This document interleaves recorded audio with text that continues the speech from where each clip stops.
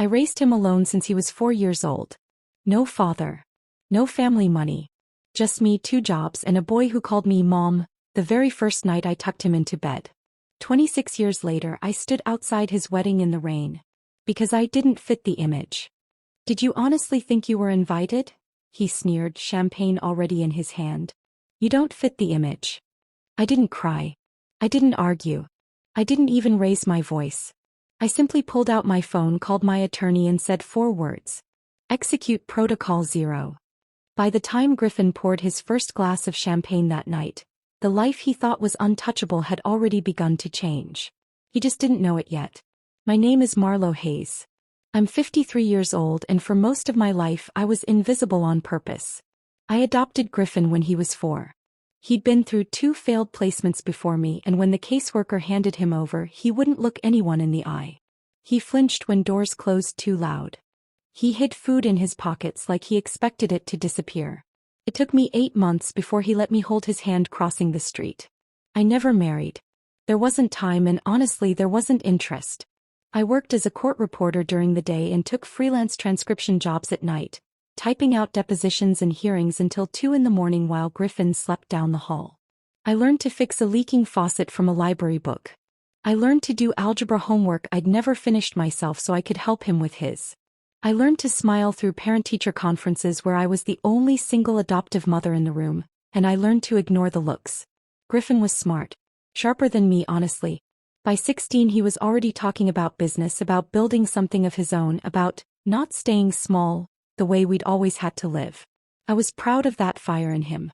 I fed it every way I could, extra shifts for a laptop, a summer selling my late mother's jewelry so he could attend a leadership camp 2 states away.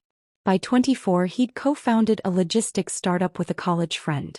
By 28, that startup had investors, a downtown office, and Griffin's name in a regional business magazine under the headline, Self-Made at 28. Self-made. I read that word so many times I lost count. I never corrected it. I told myself it didn't matter. I told myself watching him succeed was payment enough for every double shift, every missed sleep. Every year I didn't buy myself a coat because he needed new shoes for growth spurts that came twice a year. Then he met Odessa Kane. Odessa came from money. Real money, the kind with a family name on a hospital wing and a lake house with a name instead of an address. Her parents were polished, quiet, and precise in the way people are when they've never had to raise their voice to get what they want.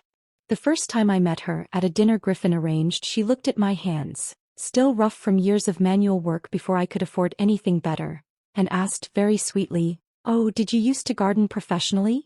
I said no. I said I used to type for a living 12 hours a day to raise my son. She smiled like I'd told a joke. Griffin laughed too. That was the first crack. I didn't call it that back then. I called it nerves. New relationship jitters. I told myself he'd correct it eventually, that the woman who used to run to me crying about a skinned knee would remember who taught him to stand back up. He didn't. Over the following 2 years, I watched my son quietly edit me out of his life, one gathering at a time. First it was small events, a work dinner I wouldn't enjoy. Then a weekend at the Kane family lake house, where apparently there wasn't room. Then holidays split conveniently so that I got a phone call on Thanksgiving while he sat at Odessa's parents' table, learning which fork to use for which course. I told myself I understood. Young couples merge families. That's normal. That's life. Then the engagement happened. I found out through a social media post. Not a phone call. Not a visit. A photo of Griffin on one knee in front of a fountain in some vineyard 3 states away, with the caption "She said yes," tagged with Odessa's family name, her parents, her sister, cousins I'd never heard of. I wasn't tagged. I wasn't mentioned. I found out my own son was engaged the same way strangers did, by scrolling. I called him. He was breathless, excited, talking fast about venues and dates. I congratulated him genuinely because despite everything I loved him. I always would. Then I asked carefully, "Have you told the Kanes about me yet?" There was a pause. A long one. "It's complicated, Mom," he said. "Odessa's family is particular about presentation. I just need you to understand the wedding is going to be a certain way." "A certain way," I repeated. "Just don't make this difficult, okay? I'll explain everything closer to the date." He never did. Over the next several months, I heard about the wedding through fragments.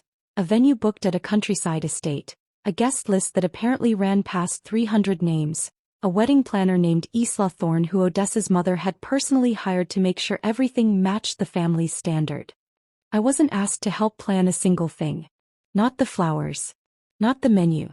Not even the seating chart, which I later learned had an entire table reserved for people I'd never met, distant business contacts of the Kane family.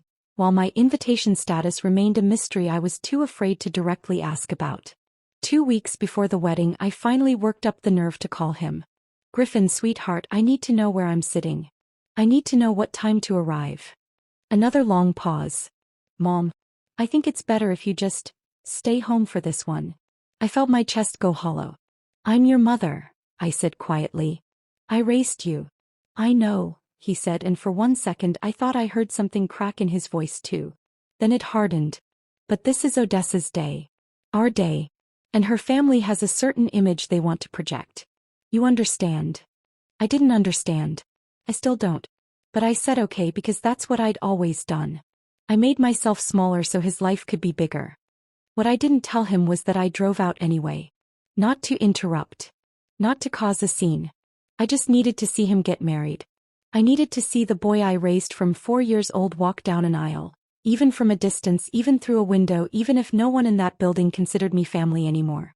I stood outside the estate's iron gates in a soft gray dress I'd bought specifically for that day, holding a small wrapped gift, watching guests in designer suits and gowns walk past me like I was part of the landscaping. That's when Griffin stepped outside for air, champagne already in hand, laughing with 2 groomsmen. He saw me. For a moment something flickered across his face. Maybe recognition. Maybe shame. It didn't last. He walked over, glanced back to make sure no one important was watching, and said the words that ended something in me permanently. Did you honestly think you were invited?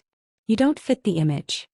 Then he turned and walked back inside to marry a woman whose family had never once asked who raised the man they were welcoming into their bloodline. I stood there in the rain that had just begun to fall, and I felt 26 years of sacrifice collapse into a single sentence. I didn't cry. I didn't cause a scene. I didn't bang on the gates or make a single call to security. I simply took out my phone, dialed a number I hadn't used in over a decade, and when Weston Faircloth picked up, I said 4 words that had been waiting patiently for this exact moment. Execute Protocol 0. Here's what Griffin never knew because I never told him, not out of secrecy but because I never imagined I'd need to. When Griffin was 22, fresh out of college and starting his first company, he needed a co-signer for a business loan no bank would approve on his own. His credit was thin. His collateral was nothing. So I signed. Not just as a co-signer. As a documented capital contributor. I liquidated my retirement account, every cent I'd saved across 20 years of overnight shifts, and wired it directly into his company's founding accounts. Weston, who had been my attorney since Griffin's adoption case decades earlier, drew up the paperwork properly, the way he always insisted on doing things. I held 22% ownership in Griffin's company. In those early days, Griffin signed stacks of incorporation and investment paperwork prepared by Weston. He trusted me completely and never looked closely at the ownership structure, assuming my contribution had been documented only as a loan.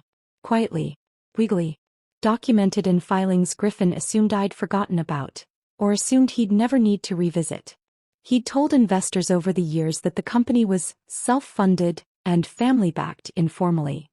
He never clarified what informally meant, because clarifying it meant explaining that his uneducated blue-collar mother technically owned a fifth of everything he'd built. Protocol 0 wasn't chaos. It wasn't revenge for revenge's sake. It was simply this. The moment I said those words to Weston, he began exercising every shareholder right I had quietly held for 6 years, starting with a formal request for a complete financial audit of the company, a right explicitly granted to any shareholder holding over 15%, written directly into the original founding documents Griffin had signed without reading closely enough. I wasn't destroying anything. I was simply finally looking. The audit began 3 days after the wedding. Griffin called me first, confused then irritated. Mom, what is this? Why is legal counsel requesting financial records? This has to be a mistake. No mistake, I said calmly. I'm a shareholder, Griffin. I'm exercising my rights. You're a, since when? Since I signed papers to save your company from folding before it ever started. Weston has copies. So do you, somewhere in a drawer you never opened. The silence on the other end told me everything. Within a week, the audit uncovered the first irregularity.